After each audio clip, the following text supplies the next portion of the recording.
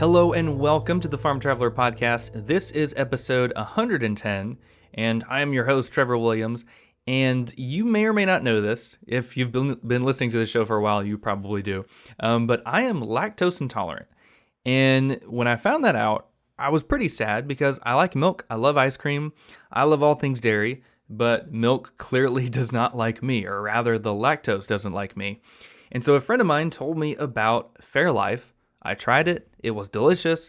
And guess what? It has no lactose, so I was set. And I've been hooked ever since. I'm a huge advocate of Fairlife. I think what they're doing is great. And maybe you also like milk. I think it's one of the highest drank commodities here in the country. Maybe you're wondering why Fairlife milk is different, or even how animal agriculture works. Like, how do dairy farms check on their cows, check on their calves? How do they check on their health? How important is their cow health? Hint, it's extremely important. And our guest today is an expert when it comes to cow health. Her name is Dr. Marissa Hake. And if you're on Instagram or even Facebook, you might follow her. She goes by Calf Vet on Instagram and Facebook. And she is an expert when it comes to all things cows. She is a former veterinarian. She worked specifically in the veal industry for a while, I think for like 5 or maybe 10 years or something like that. And she has a wealth of information on how important cow and calf health is in the dairy industry, how that works, what her life was like as a veterinarian. And now she actually works with FariLife, and I did not know that. I did not do enough research before her interview. It was a cool surprise, though. And so we're also going to chat about her work with FariLife and how she is now I believe the animal welfare advocate and director of like sustainability with FariLife. I forget the exact terminology for her job, but she's got a great gig at FariLife, and she's also a speaker for agriculture and advocate. She does a great job on Facebook and Instagram highlighting the importance of agriculture, her job, women in agriculture. So I highly encourage you to go check out her Instagram and her Facebook and even her website. She has a lot of great content, and I was so excited to chat with her. Our episode was supposed to go out last week, but Allie and I were on a quick vacation to Michigan with some friends. And also, Marissa and her husband Travis had a baby. So congratulations to them. I think it's their second baby. So she is going through that whole process of, after you deliver the baby. So Marissa, Travis, again, congratulations, you two. And again, I really hope you enjoyed this episode. This was so fun to chat with Marissa about all things milk. And, it's June, and because we're going to talk about Fairlife, this stuff always comes up. But you might remember a few years ago, there was a huge animal rights attack on a Fairlife farm. And so we're going to dive into that and how the owners of that responded really quickly, how they got ahead of the curve, and how they were able to combat all the misinformation and really just slander that was coming out against the whole dairy industry when that happened. Unfortunately, that happens all the time in animal agriculture. You have a lot of people, and even this month, I've had people ask me like, hey, what do you think about this whole thing? And there's a lot that goes on behind the scenes that you don't really think about. And really, I'm talking about the animal rights groups and how they're the ones hurting the livestock and just really hurting the industry. So we'll talk about that too. That's kind of a heavy topic, but it was very interesting to get her take on that, and I'm glad that we talked about it. So yeah, I hope you enjoy this episode. Again, this is episode 110 with Dr. Marissa Hake, aka the Veal Vet. I hope you enjoy it, and thanks so much for listening.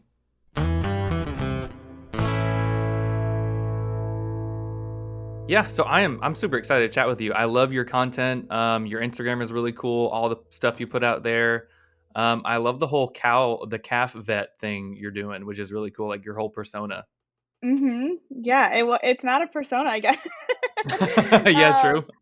that's really where I kind of cut my teeth as a new grad as a veterinarian. I went right out and started working for a calf company, and that's what I've been doing for like the last 5 years, since 15 to 2020. And so, yeah, that's really where I got started as a veterinarian, was strictly in calf care. Nice. Okay, so what's your background like? Like, did you come from an ag background, or what kind of made you go to the whole veterinarian thing? Yeah.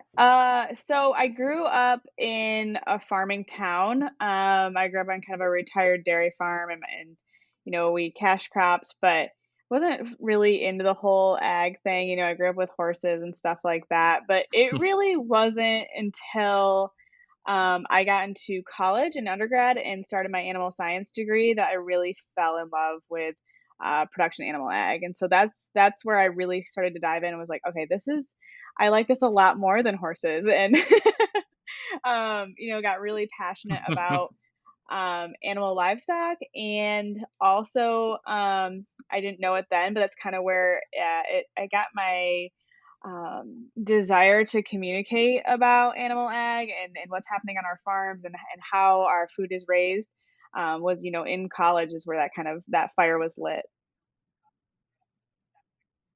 Mm. That's awesome. Yeah, I went to UF and I had only one animal science class, but it was the first class I'd ever had, and I thought it was so cool because like we got to like our third day, we got to see beef cows get processed, and that was eye opening. And then like the next week it was hogs and then chickens, and I'd never been around animal ag, and then I learned from this guy who had your typical animal science professor, tight Wranglers, cowboy hat, Stetson shirt, and the best handlebar mustache I've ever seen. And he was, I forget his name, but he was like the coolest professor ever. And I was like, all right, I'm learning. I have a really cool character as a professor. And so it's fun because you can see, like, I feel like the people in animal ag are like really passionate and they like really know their stuff. Yeah, well, and everyone wants to be a cowboy, right? Like cowboys will always be Yeah. cool. But yeah, and I think everyone has that desire. You see it with homesteader groups or backyard chickens or things like that. Like Mm. everyone has this desire to be around animals and raise animals and or their own food sources and crops and things like that. And I think that's kind of innately human that we enjoy that and we have a passion for that again, and not all of us, get to have that connection and understanding. And I think I see a lot of these groups starting, whether it's a small homestead or, one cow, five chickens kind of thing.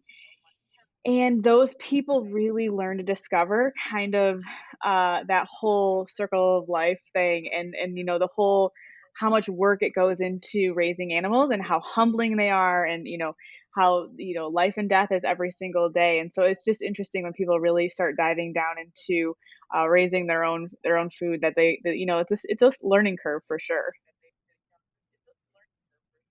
Oh yeah, it's more than just like getting cows or chickens or just having them outside and that's it. I mean, you've got so much like nutrition, health. You've got to watch out for predators. There's like so much more that goes into it than you might think. Like we want to get cows eventually. I mean, right now we live in the city, so we don't really have room, but eventually that's the goal. But I know there's like it's like a whole different ball game. Like there's so much like research and stuff you've got to do before you can even think about getting livestock. Yeah, and that's like the most frustrating thing is as a livestock raiser and I work with producers, I work with dairymen. I get a firsthand look at how much work and effort and care goes into Mm. raising animals for our food supply.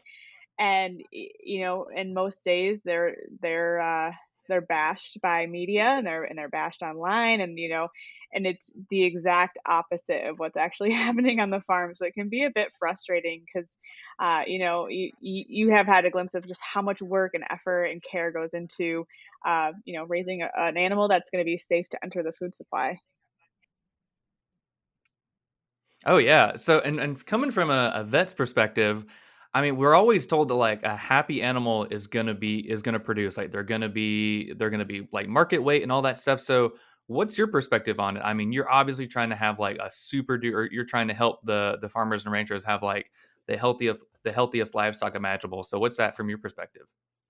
Absolutely. So when I'm thinking about the health of the animal, it's pretty holistic. So we know that animals that aren't stressed are healthier. They gain more weight. They produce more milk.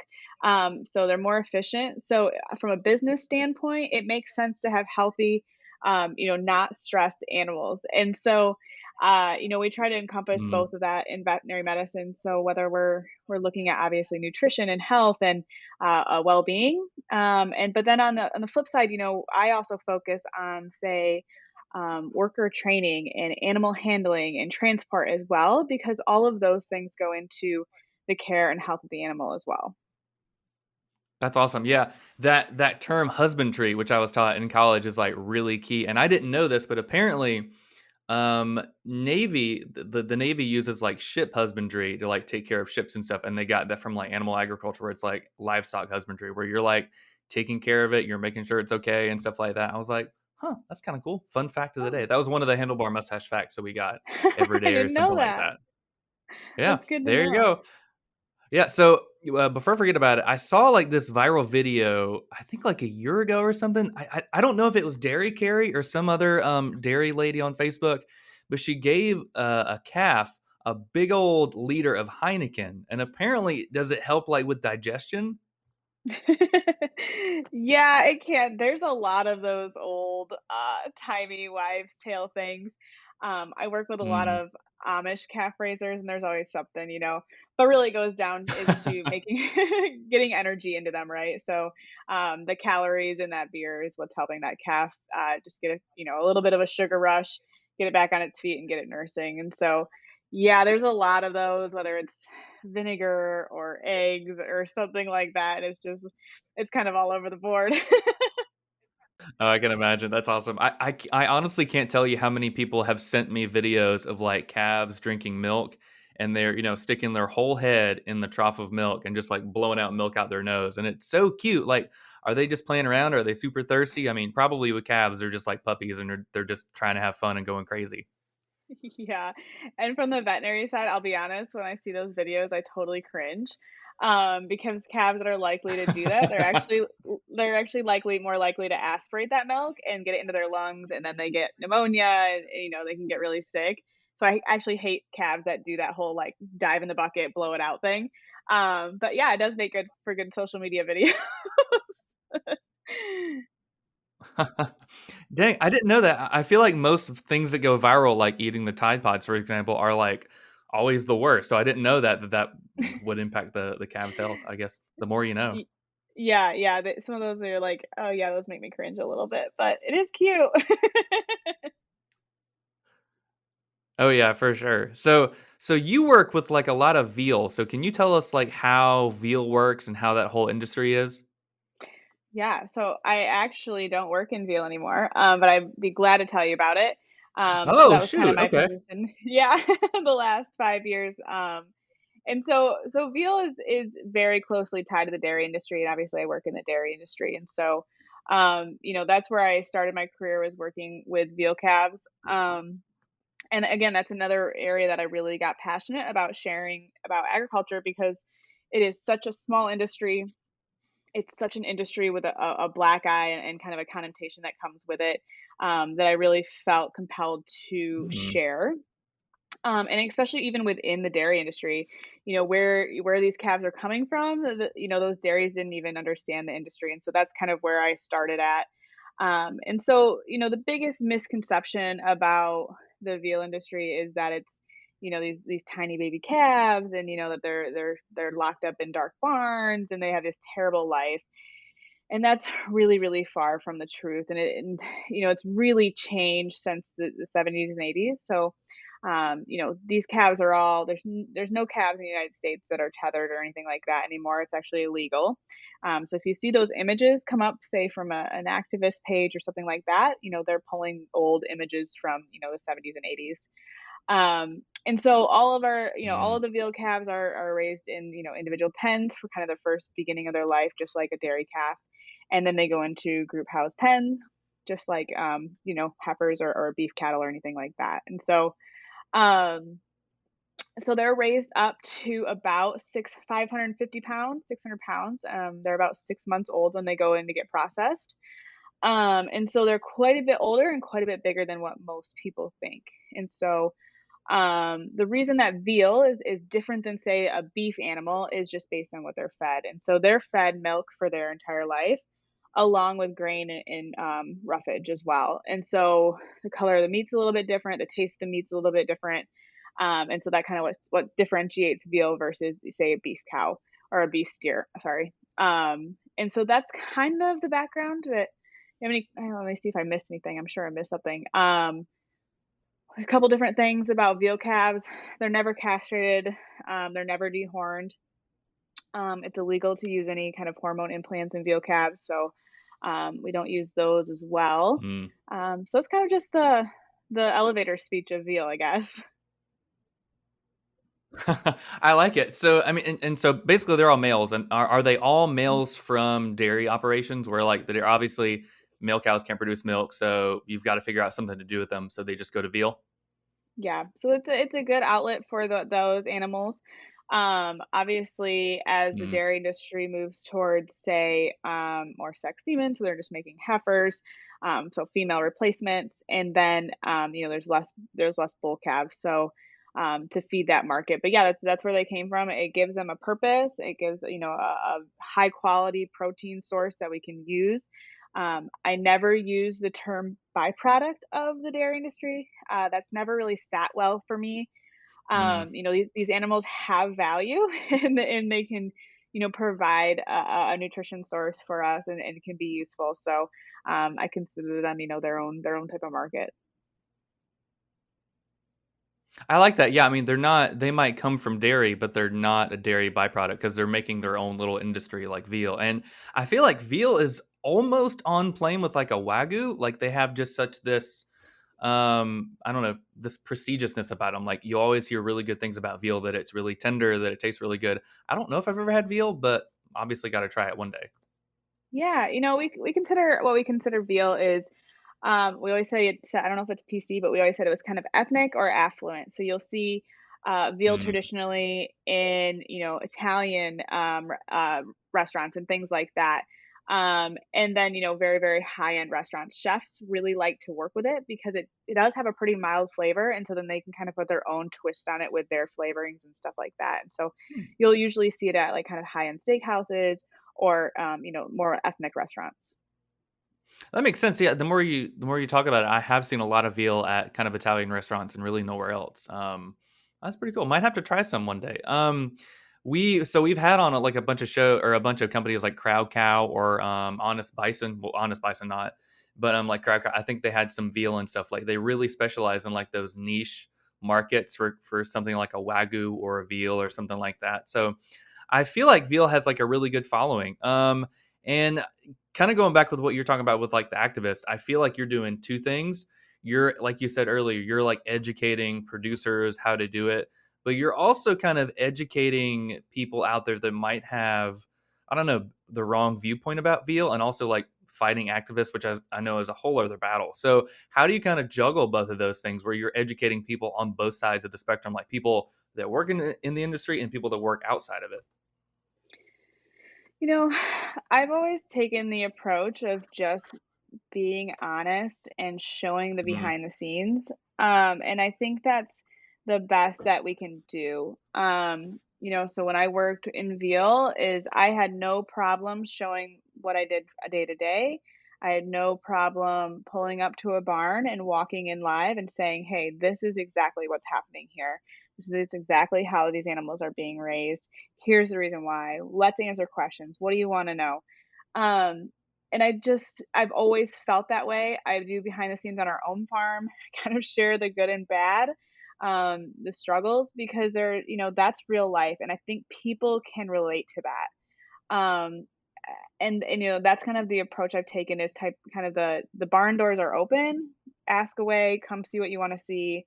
And just really leaning on that transparency piece because at the end of the day, consumers aren't stupid, right? And they understand when people are being authentic and when they're not. Mhm. And so I think that's, the best that we can offer for sure.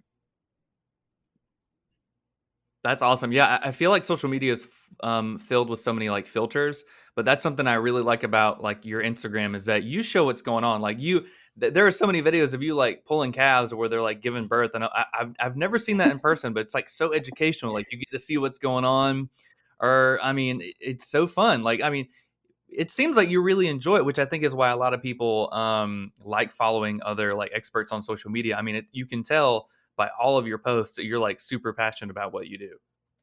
Yeah, and the activist angle, I definitely, I get it. And um, I've learned that they just try to kind of hijack your platforms, to, Mm, spend, really share their agenda. And so for me, I really don't engage with them anymore. That's not the demographic that I'm trying to reach. I'm trying to reach that mom at the grocery store who really just wants to make the best decisions for her children and her family, right? And so those are the people mm, that I'm really trying to reach. That what we call the movable middle, which gets thrown around a lot. Those people that can be influenced and who really do want information. And so for me, when it comes to activists, I block, delete, and move on. I do not engage. It's just a waste of my time and their time because no one's going to move on the issue. I've learned that the people who have real concerns about how, food is raised or things that are happening on our farms, a lot of times they will private message you and say, "Hey, I have bad feelings about hmm, this. Can you tell me more? I don't feel good about, XYZ." And those are the people that are really important to touch on because they're looking for information and they're not doing it in a way that's trying to, bash someone else. And so I take those types of messages very, very seriously and try to answer those as best as possible. that's awesome. Yeah, and I mean, good on them for like messaging you and not trying to be like super drama about it, and they're like being honest, and you also like being upfront and honest with them. And I feel like I watch Derek Josie's posts a lot because he deals with activists too. And I feel like most activists aren't going for a debate. They're just trying to like slander the farmers and ranchers out there. I mean, they're not trying to see it from your perspective. They're just trying to seem like they're the holier person, that they are, that their viewpoints are the best, and we all should just like bow down to the activists, I guess. And that is my biggest argument is, as a producer, as a veterinarian, as someone who works every single day in agriculture, is there are things that we need to work on. There are things that we need to change, and we recognize that. And us in the industry are working towards that, right? Like every day we're working towards improved animal welfare. Mm, Every day we're working towards, lowering our environmental impact. Like we are passionate about making those changes and doing what's best for our animals and for the environment and for the people that we work with. And for activists, my argument to them is you're not doing anything. You're not out here trying to change anything. You're just saying cancel culture, we don't want any of it. And it's just like that's not realistic. And I'm sorry, but you don't get a seat at the table if you're not willing to bring anything to the table to help. And so I'm very much like, I don't have time for this. And if you want to help, put on your bibs and get here because, if not, I'm not going to value your opinion. hey, there you go. That's awesome. Yeah, and I mean, like you are obviously you're going to know more about vet health and animal health than any activist will. And but they're the ones that are going to quote unquote tell you how to do your job. And yeah, like you said, like you're not at the table because you're not doing anything except just getting mad and cancel culture, which I hate. I hate Yeah. cancel culture. It's so annoying. But I feel like the ag industry was kind of like the original recipients of cancel culture because these activists have been around for centuries. I mean, PETA, everybody, but I mean, maybe we'll cancel culture one day. I hope. I think the one thing that people have to remember is follow the money, right?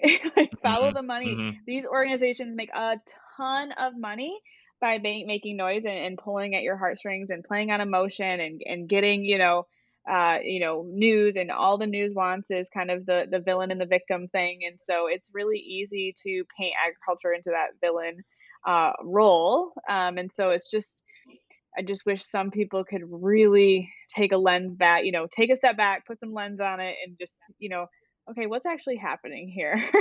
But, that's our culture. So, Yeah, yeah, that's true. It's like, wait, this is kind of too convenient. There's a lot of money here. What's going on? So moving on to happier subjects. yeah. I've seen that you're obsessed with a certain cow, the British White. Is that right? Yes, the British white. Yes. And So where did that whole obsession come from? so it's so funny today. So I was gonna post about it because we had a calf come through one of our farms 4 years ago today because it came up on my Snapchat memories, and I was like, oh, this was today. And so one of our dairy farms that we got calves from must have been crossing with British White for, beef crosses. And one came through our Hmm. farm. And I remember walking, I'm walking down doing health checks, all these calves, there's probably 150 calves in this room, and I came across this calf and I was like, "Oh, oh my god, what are you? Like, you're the most gorgeous calf I've ever seen in my entire life." And so I had to know more. Let's see if I can show you the picture. Had to know more, had to figure out the breed. And Trav and I, we've wanted to get into beef cattle for a really long time. So I don't know if you can see this, but this was the original calf. So I know, Oh, he's and so cute with that little black nose and those ears. yeah, and like perfect spot, eyebrow spots, just gorgeous. So we'd already wanted to get beef mama cows at some point, and we looked into this breed. I mean, not only are they gorgeous, but they're, a really docile breed. They're pretty easygoing. And so we just kind of knew that was going to be the breed for us when we got into it. And so when we first started purchasing, our first replacement cows and things like that and heifers, we went with the British white breed. That's awesome. So, do they? What's their marbling like? Are they going to be kind of like a Black Angus or anything like that? They we don't have any really good data for the breed because it's really small. But yes, they Mhm. do really, really well. They grade really well. Kind of their claim to fame is that they convert really well as a grass-fed beef herd. Um, and so we're Okay. gonna have our first group of steers here this summer ready to go in. So we'll do some yield and grade data with them as well. And so we're pretty excited about that. But in our steer pen, they're keeping up with our Angus cows, our Angus crosses. Again, that breed is that breed's so well established and kind of above and beyond, most breeds. But if you know me and my husband, we kind of go against the grain on a little bit of, everything doesn't have to have a black hide to be good, in my opinion. And so, uh, I'm going to make British whites great again. So that's my campaign. Hey, well, there you go. That's awesome. Yeah, whenever you share those pictures, they are the cutest pictures. And I show my wife all the time, and she's obsessed with them. She likes those. And what are the shorter cows that are like really hairy? Like they look kind of like yaks, but they're not yaks. You know what I'm talking about? Oh, yeah, those are Highlands. Highlands, yes, she loves those. Like a baby Highland is the cutest calf ever. Like they're so Yeah, cute. you can't get any cuter. I think we have two cows that we bred. We had a bull here for a while. His name was Harry Larry. And he was a Highland bull, but we just sold him. So I got a couple more calves coming next year out of him, and we'll see what they look like. So That's awesome. Harry Larry, that's a good name for a cow. So what's your current job? You said you used to work in veal. What's your current day-to-day life as a vet now? yeah, so in early 2020, yeah, before the world shut down, just before the world shut down, I took the position Mhm. with Fairlife. I don't know if you've heard of Fairlife, like kind of the milk company, ultra filtered milk. Oh, yeah, okay. Yep. So I work for them as their director of animal welfare and sustainable farming. And so I get to kind of have a cool role where I get to be boots on the ground with our supplying dairy farms and work through our welfare programs and things like that. And then kind of I get to have my boots with a brand and a company.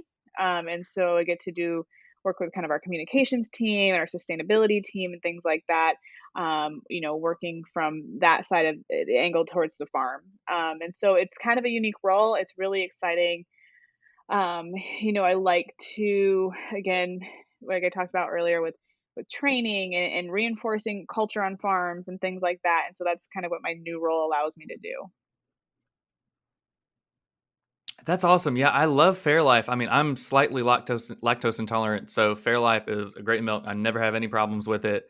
I think Dairy Fitness Girl Emily Shaw, she got me on it. The protein milk from Fairlife, the Uh-huh. strawberry and the Mhm. chocolate is literally the best tasting milk I've ever had.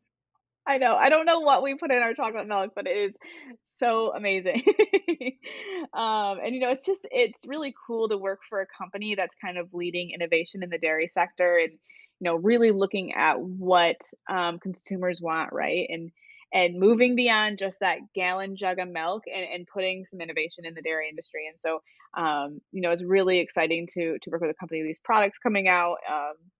Again, because all of our products are lower in sugar, lactose free, and higher in protein. And so a lot of times that's what a consumer is really looking for. Oh yeah, and I feel like a lot of people have. I mean, lately I've seen like a huge boom in like people that are buying Fairlife. I mean, I feel like anytime we go to Publix or any other grocery store, like people are like I always see somebody getting a bottle of Fairlife, and I mean, there's what like three different types of just regular whole milk. Then you got chocolate, you got skim milk. I mean, there's a lot of products you guys are making. Yeah, so we have our ultra filtered milk, and the technology behind that is just it's really cool. If you want to hear the background on it, is one of the founders of the company. He owned a dairy farm, and they had an issue with a well at their farm. It collapsed in, and they couldn't get really good water for their cows, and so they had to Mm. put in this filtration system for their water. And one day they were, switching out the filters for that water system, and they got the wrong filters from the company. And they're like, "Oh shoot, that was for something else. We'll send you the right filters." And they got them thinking like, if we can filter out the good and bad stuff in this water, why couldn't we do that for our milk? And so that's exactly what they did. Is they took these different Hmm. filters that they learned, and they filter out the lactose and things like that people have issues with, and make this fantastic product. And so that's kind of the background on the science behind it, which I just think is such a fascinating story, and just goes to show you the innovation that can happen exactly at the farm level. Um, and so again, yeah, we have whole, fat-free 2%, and then chocolate on our kind of our traditional 52-ounce Fairlife milk. And then we have our core power product, which is our like higher in protein, athletic kind of drink, which is really, really good. The flavors are excellent. I will put it up against any of the other protein drinks because I hate protein drinks. I Oh think they're yeah. all gross. Oh, and I actually like ours. And the banana is my favorite, which is surprising, but it's really, really good if you can try the core power. And then we have other flavored milk drinks, which we call our yups. This isn't like my, let me think of all of our products. We have ice cream, so higher protein ice cream out, which is really, really good. I recommend the butter pecan or the Nice. fudge brownie. Yeah, those are my two favorites. And then we also have a new milk that's on the market. If you see it out there, it's called Good Mood. And that is actually just a lactose free milk that isn't higher in protein. So there's some people that just want a normal milk, that's lactose free. And if you've had, I'm guessing you've had lactose free milk, it's super gross, right? It's super sweet. Yeah. Hmm. Yeah. So the way that we process it, so those type of milks, they kind of break up the lactose, and so the lactose is actually left in there as sugars. So that those lactose free milks are super sweet and kind of gross tasting. Ours isn't. It tastes just like milk, has the same protein profile and everything like that, but there's no lactose in it. So, if someone didn't want that higher protein, we now have Good Mood as an offering as well. Oh, there's one more. We have That's awesome. Nutrition Yeah, I feel Plan. like Oh, go ahead. Oh, sorry. We have one more. It's called Nutrition Plan, and that's No, you're kind good. of our meal replacement shakes. And they're super good. They're like 150 calories. I can't remember. They're high protein, like 10, 20. I don't know. They're higher in protein. They're really good. You can get them at like usually like a Costco or a Sam's Club has them right now. I think Amazon has them Mm. too, and those are really yummy as well. That's yeah, I think I bought those one time thinking that they were the core ones, and they were still really good. And they were at Sam's though. It was like 18 for like $10, and I was like, "This is like literally a steal. Like this is a good." So I love going to Sam's. Just Sam's is the best. stacking them up. Um, Yeah. oh yeah, yeah, get like 5 or 6 sacks. But yeah, I mean, like you were saying, like, I've had other lactose free milk, and it's not nearly as good as Fairlife. I mean, Fairlife it tastes so close to like regular whole milk. I mean, it's so very close. It doesn't taste like it's like super sweet, super weird. Like it's so close to regular milk. Yeah, and that's really if you go to our office and everyone's really it feels like a young company still, and so but our number one thing is it has to taste good, right? So we all have to drink it in the office. We all have to Mhm. like it. And so that's really a driving factor for our products for sure. Hey, well, there you go. I mean, yeah, if consumers are going to like it, you guys have got to like it. I like that. Right. And speaking of another good thing about Fairlife, I know, kind of going back to the whole activist thing, I know years ago there was this whole ordeal with like some activists like getting into Fairlife and all that stuff. And I thought the response from you guys as CEO was amazing. And they like jumped on it. They're like, hey, here's what happened. Here's what we're doing to fix it. Here's kind of the people behind it, which like apparently was this huge activist group. And I feel like they got on top of it better than any other activist breach that I've ever seen. Yeah, I'm sure they'd like to hear that. I think it just goes back to the type of culture that we have on our farms and the type of ownership that, our farmers within our supply chain have.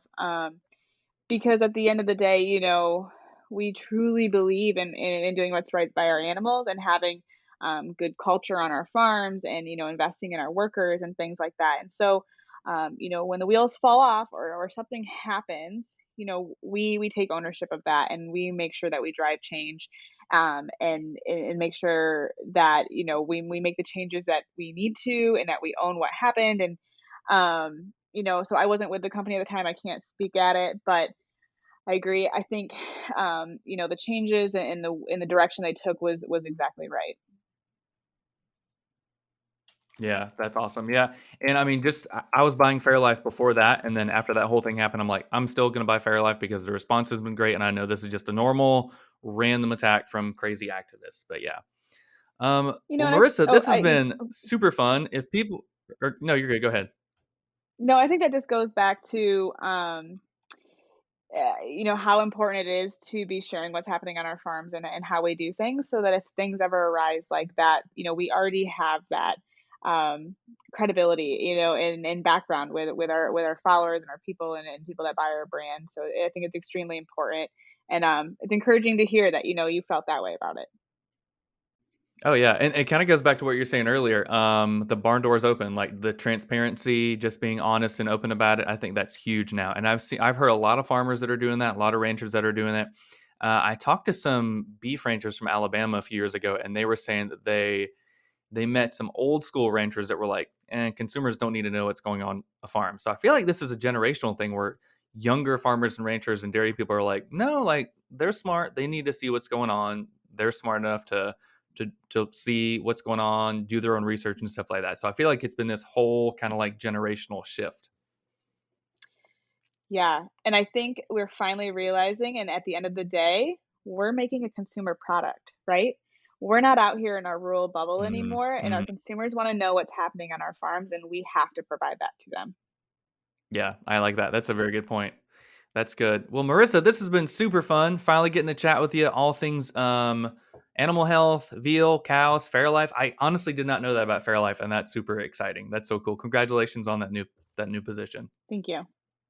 So, if people want to follow you, you're on Instagram. You're calf vet or your calf veal, right? So, where can they go to follow you, see what you're doing? Yeah, on Instagram, I'm at calfvet underscore, and then on Facebook, I'm just at calfvet. Deal. All right. Well, we'll link everything in the description. Marissa, thanks so much again. We'll have to talk to you soon. Thanks for having me, Trevor. I appreciate it.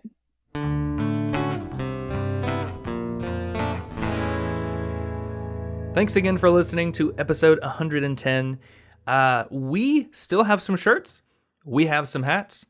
If you want some, email me. You can go to our website, which is just thefarmtraveler.com, and you can click on our store tab on the top, and you will see all of our cool merch. We only have about, I'm looking at them right now, 7 shirts left and 4 hats left, so you better hurry. Of the 4 hats left, I think only 1 has been unclaimed, so you better hurry. Again, that's thefarmtraveler.com/store, and we'll see you next week. Thanks so much for listening.